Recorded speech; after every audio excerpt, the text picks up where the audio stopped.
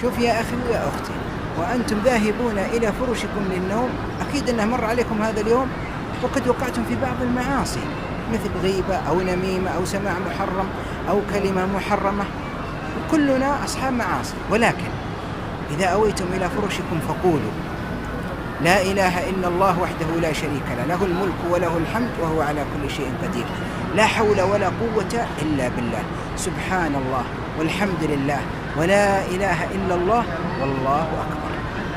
إذا قلتموها يغفر الله لكم ذنوبكم طيلة اليوم، حتى وإن كانت مثل زبد البحر. جاء ذلك في حديث أبي هريرة رضي الله عنه كما في صحيح ابن حبان صححه الألباني.